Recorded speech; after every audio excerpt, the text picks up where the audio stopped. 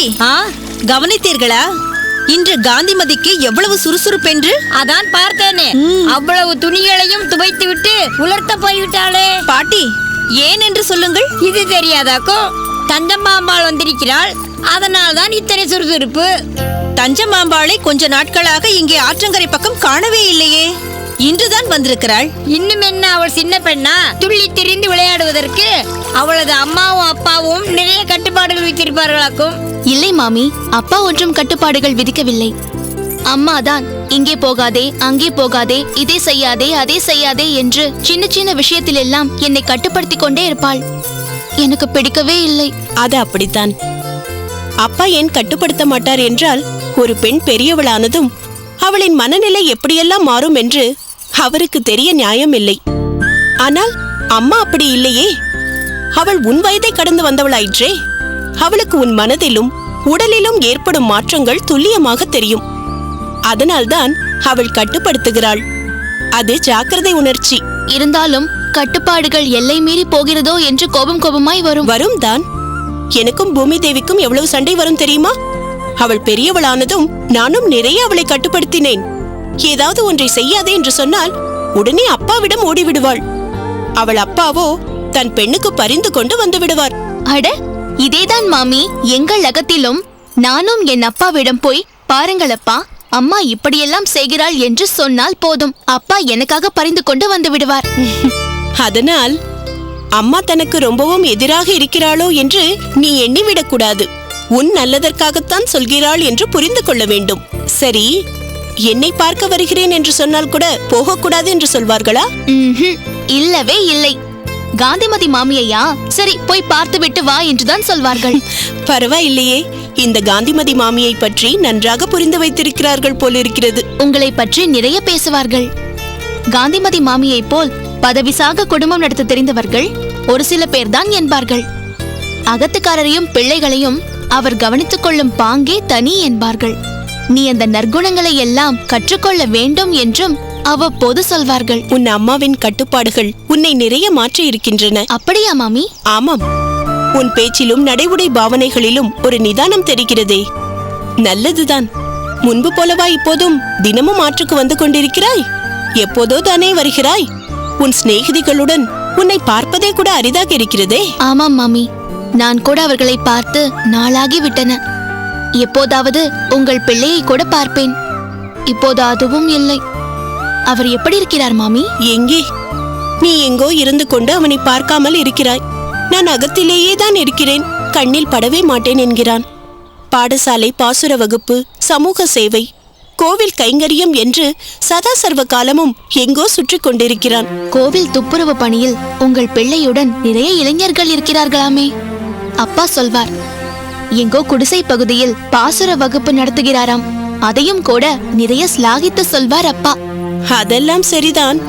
ஆனால் அவனுக்கு அம்மாவுடன் பேசக்கூட நேரமில்லை. நான் பார்த்து பார்த்து அவனுக்கு பிடித்ததாக தளிகை செய்து வைப்பேன். குனிந்த தலை நிமிராமல் அமுது செய்துவிட்டு போய்விடுவான். இது நன்றாக இருக்கிறதம்மா, இதில் உப்பே இல்லையே அம்மா என்று இப்படி ஏதாவது பேச மாட்டானோ? மாமி, அவருக்கு என்ன பிடிக்கும்? இனிப்பு அவனுக்கு மிகவும் பிடிக்கும். லட்டு என்றால் அவனுக்கு கொள்ளை பிரியம். ஆனால் நான் அதை செய்து வெகு நாட்களாகிவிட்டது. நீங்கள் லட்டு செய்து இலையில் பரிமாறி இருக்க வேண்டும். அப்போது அவர் உங்களுடன் நிறைய பேசியிருப்பார். சரிதான். இதற்காக நான் தினமும் லட்டு செய்து கொண்டிருக்க முடியுமா என்ன? மாமி, நாளைக்கு நான் லட்டு செய்து கொண்டு வருகிறேன், பரிமாறி பாருங்கள். என்ன சொல்கிறார் என்று பிறகு வந்து சொல்லுங்கள். உன் சின்ன வயதில் நான் உனக்கு அதிரசம் கொடுத்தால் பெரியவளாகி நீ எனக்கு லட்டு கொடுக்க பார்க்கிறாயா? உங்களுக்கில்லை மாமி, உங்கள் பிள்ளைக்கு. லட்டை பார்த்ததும் திடீரென்று எதற்கம்மா லட்டு செய்தீர்கள் என்று கேட்பார். அப்போது என்ன சொல்ல போகிறீர்கள்? நன்றாக இருக்கிறதல்லவா, உனக்கு பிடிக்குமே என்று நான் தான் செய்தேன் என்று சொல்ல போகிறேன். போங்கள் மாமி, நீங்கள் ரொம்ப மோசம். பிறகு என்ன சொல்ல சொல்கிறாய்? நான் தான் செய்தேன் என்று சொல்ல வேண்டும். அப்படித்தானே சொல்ல போகிறேன் என்றேன். மாமி, நான் என்றால் நீங்கள் இல்லை, தஞ்சமாம்பாள் செய்து கொண்டு வந்திருந்தாள் என்று சொல்ல வேண்டும். சரி, சொல்கிறேன். ஆமாம், உனக்கு உண்மையிலேயே லட்டு பிடிக்க தெரியுமா? நாளைக்கு லட்டு செய்து கொண்டு வருகிறேன். அப்போது சரியாக பிடித்திருக்கிறேனா, உங்களுக்கு பிடித்திருக்கிறதா என்று சொல்லுங்கள். நான் ஏதோ விளையாட்டுக்கு சொன்னேன் தஞ்சா. நீ நிஜமாகவே செய்து கொண்டு வந்துவிட போகிறாய். பயப்படாதீர்கள் மாமி, லட்டு அருமையாக செய்வேன். நாளை ஆற்றங்கரைக்கு தவறாமல் வந்து விடுங்கள். அதிரசம் பயணித்த தூக்கில் லட்டின் பயணம் நாளை இனிதே ஆரம்பம். வருகிறேன் மாமி.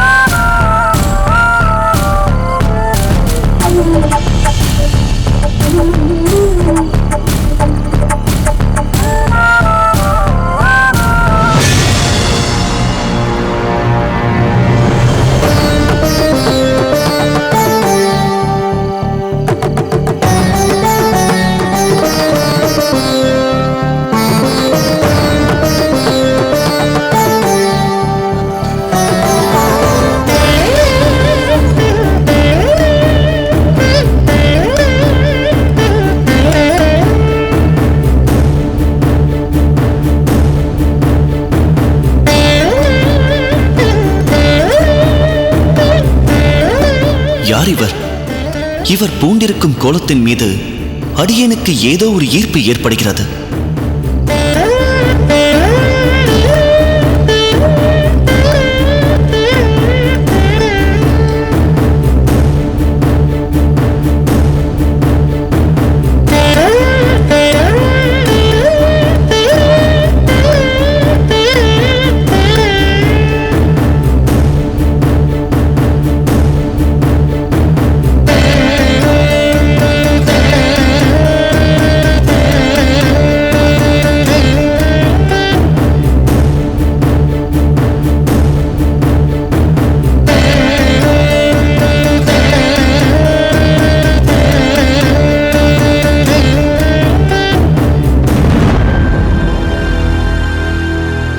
கோவிந்தா,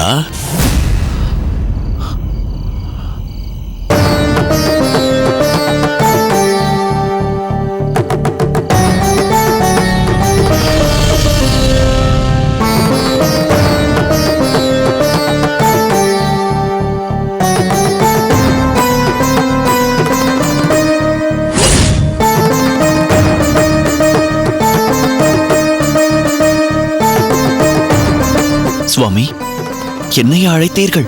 உன் பெயர்தானே கோவிந்தன்? ஆமாம். பிறகு ஏன் இப்படி கேட்கிறாய்? அது என் பெயர் உங்களுக்கு எப்படி தெரிந்தது என்ற குழப்பம்தான். குழந்தாய், எல்லா கேள்விகளுக்கும் விடை உண்டு என்றாலும் அவை அனைத்தையும் சொல்லிவிட முடியாது. இப்போது நான் உன்னிடம் ஒரு கேள்வி கேட்கிறேன். அதற்கு நீ விடை சொல்வாயா? சொல்கிறேன் சுவாமி, எதுவாயினும் கேளுங்கள். வழியோடு சென்று கொண்டிருந்த நீ இங்கு வந்து என்னை பார்த்ததும் ஏன் நின்று விட்டாய்? உங்கள் தோற்றம், நீங்கள் தியானத்தில் அமர்ந்திருக்கும் நிலை, இவற்றைக் கண்டு நின்று விட்டேன். இதே பாதையில் எத்தனையோ பேர் போகிறார்கள். அவர்களும் தான் நின்று பார்க்கிறார்கள். ஆனால் அவர்களில் யாரும் என் அருகில் வருவதில்லையே. நீ மட்டும்தானே வந்தாய், ஏன்? அதை பற்றி எப்படி சொல்வதென்றே புரியவில்லை. ஏதோ ஒரு ஈர்ப்பு என்னையும் அறியாமல் வந்துவிட்டேன். உனது அந்த நிலை எனக்கு நன்றாக புரிந்துவிட்டது. அது என் மனதையும் தொட்டுவிட்டது. அதனால்தான் கண் விழித்து உன் பெயர் சொல்லி உன்னை அழைத்தேன். ஏன் தெரியுமா? சொல்லுங்கள் சுவாமி. உன் மனதில் நீண்ட நாட்களாக உனக்குள்ளே ஒரு கேள்வி இருக்கிறது. மிகவும் ஆழ்ந்து சிந்திக்க கூடியவர்களுக்கு மட்டுமே தோன்றக்கூடிய கேள்வி அது. ஆனால் அதை நீ யாரிடமும் கேட்க முடியாமல் தவித்துக் கொண்டிருக்கிறாய். கேட்க தயங்குகிறாய், இல்லையா? ஆஹா, அற்புதம் சுவாமி, அற்புதம். நீங்கள் சொல்வது சரிதான். என் மனதில் அப்படி ஒரு கேள்வி இருப்பது உண்மைதான். ஆனால் அதை நான் யாரிடமும் கேட்கவில்லை. நான் அந்த கேள்வியை யாரிடமாவது கேட்டு இவன் ஒரு மூடன் என்று நினைத்து விடுவார்களோ, அது அவர்களுக்கு தவறான கேள்வியாக தோன்றிவிடுமோ என்றெல்லாம் குழப்பிக் கொண்டிருக்கிறேன். ஏன்? அதற்கு விடை சொல்லக்கூடியவர்கள் யாரும் உன் அருகில் இல்லையா? ஏன் இல்லை? என் அண்ணன் ராமானுஜர் எந்த கேள்வி கேட்டாலும் அதற்கு விடை சொல்லும் ஆற்றல் படைத்தவர்.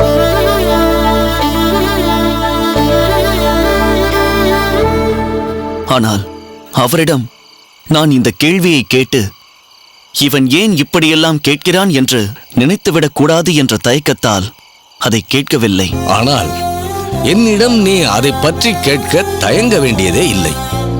நான் உன்னை பற்றி தவறாக நினைக்கப் போவதில்லை. அதனால் எந்த சந்தேகம் இருந்தாலும் தயங்காமல் கேள். பரம்பொருள் ஒன்று என்கிறார்கள்.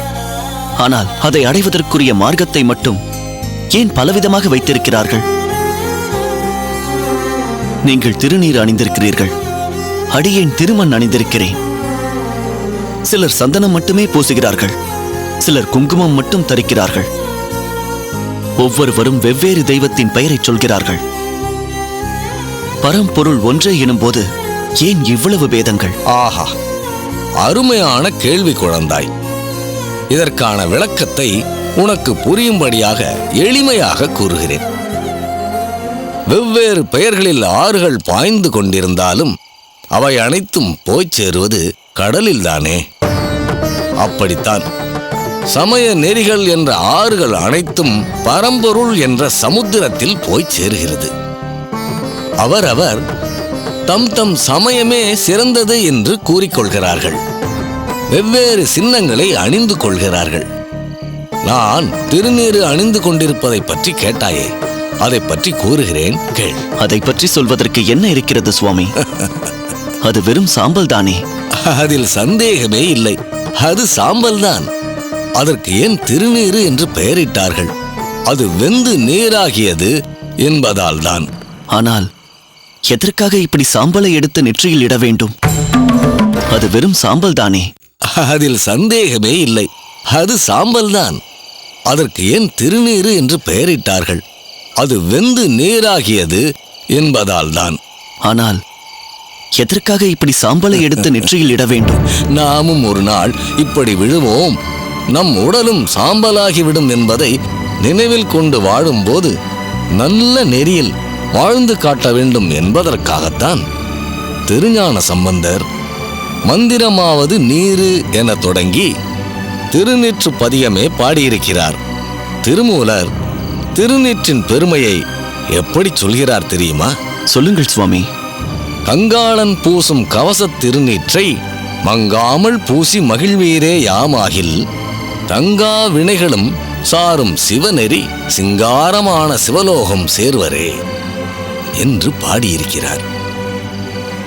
திருநீறு கவசமாக இருந்து தனது அடியார்களை பாதுகாக்கும், வினைகளும் அகலும், சிவநெறி சாரும் என்பதுதான் அதன் பொருள்.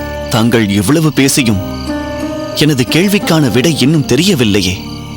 இத்தனை பிரிவுகள் ஏன் இருக்க வேண்டும்? நாம் உண்ணும் உணவில் எத்தனையோ விதமான காய்கறிகள் இருக்கின்றன. எல்லா காய்களும் எல்லோருக்கும் பிடித்து விடுவதில்லையே. அவரவருக்கு பிடித்தது என்று இருக்கத்தானே செய்கிறது.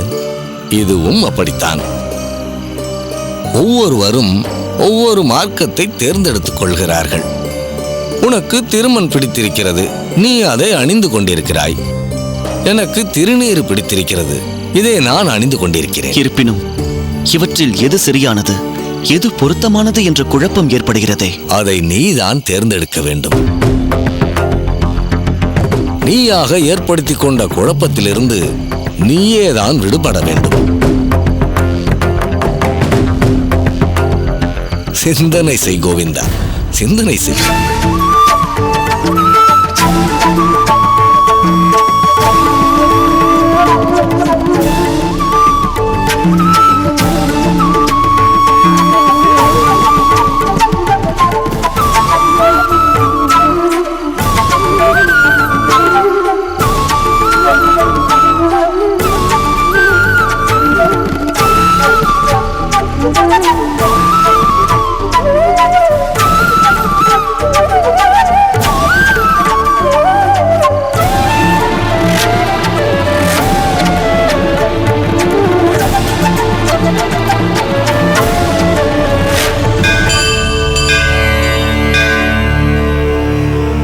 இங்கே பாரும் பட்டரே, பக்த கோடிகளுக்கு பிரசாதம் விநியோகிக்க கூடாது என்பதென்ன என் உத்தரவா? அது யார் உத்தரவாக இருந்தால்தான் என்ன? பெருமாள் பிரசாதத்தை பக்தர்களுக்கு வழங்குவது இன்று நேற்றா நடக்கிறது? கோவில் தோன்றிய நாளிலிருந்தே நடந்து கொண்டிருக்கிறதே. இன்று திடீரென்று அதை நிறுத்துவது பெருமாளுக்கே அடுக்காது. இது எனக்கும் தெரிகிறது. இது மாமன்னரின் உத்தரவாம். எனக்கு ஓலை வந்திருக்கிறது. நான் என்ன செய்யட்டும்? என் நிலையில் நீர் இருந்து பார்த்தால்தான் உமக்கும் புரியும். பிரசாதம் இல்லாமல் மக்கள் திரும்பி போகட்டும் என்று கூட ஒரு மாமன்னர் எண்ணுவாரா? மன்னருக்கு மதிகட்டு போயிருக்கிறது. யாதவ பிரகாசர் கெடுத்து வைத்திருக்கிறார். மக்களுக்கு மழை முக்கியமா அல்லது பெருமாள் கோயில் பிரசாதம் முக்கியமா என்றெல்லாம் கேட்டு மன்னரை குழப்பியிருக்கிறார். பிரசாதம் கோயிலுக்கு வரும் பக்தர்களுக்குத்தானே, மழை ஊருக்கெல்லாம் தேவையாயிற்றே. பயிர் பச்சை விளைய வேண்டாமா, குடிதண்ணீர் வேண்டாமா என்று இந்த ரீதியில் பேசியிருக்கிறார் யாதவ பிரகாசர். சரி, அவர் ஏதோ யாகம் செய்து மழையை வரவழைக்கப் போகிறாராம். தாராளமாக வரவழைக்கட்டும். ஆனால் அதற்கும் இங்கு பிரசாதம் விநியோகிப்பதை தடை செய்வதற்கும் என்ன தொடர்பு? சில கோயில்களில் விதிமுறைகள் சரியாக பின்பற்றப்படுவதில்லையாம். அந்த கோயில்கள் எல்லாம் யாதவ பிரகாசரின் கட்டுப்பாட்டுக்குள் வர வேண்டுமாம். அதற்கு பின் தான் அவர் மழையாகத்தை தொடங்குவாராம். மன்னர் என்ன செய்வார் பாவம்? மக்கள் சுபிட்சமாக இருக்க வேண்டும் என்பதுதான் அவரின் தலையாய விருப்பம். அதனால் சரி என்று ஒத்துக்கொண்டிருக்கிறார். முதலில் யாதவ பிரகாசர் நம் கோயிலில் கை வைத்திருக்கிறார்.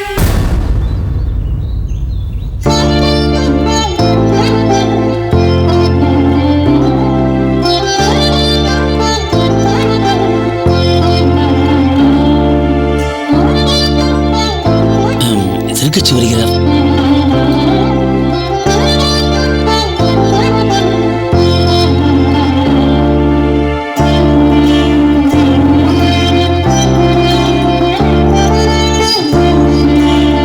வாருங்கள் நம்பிகளே.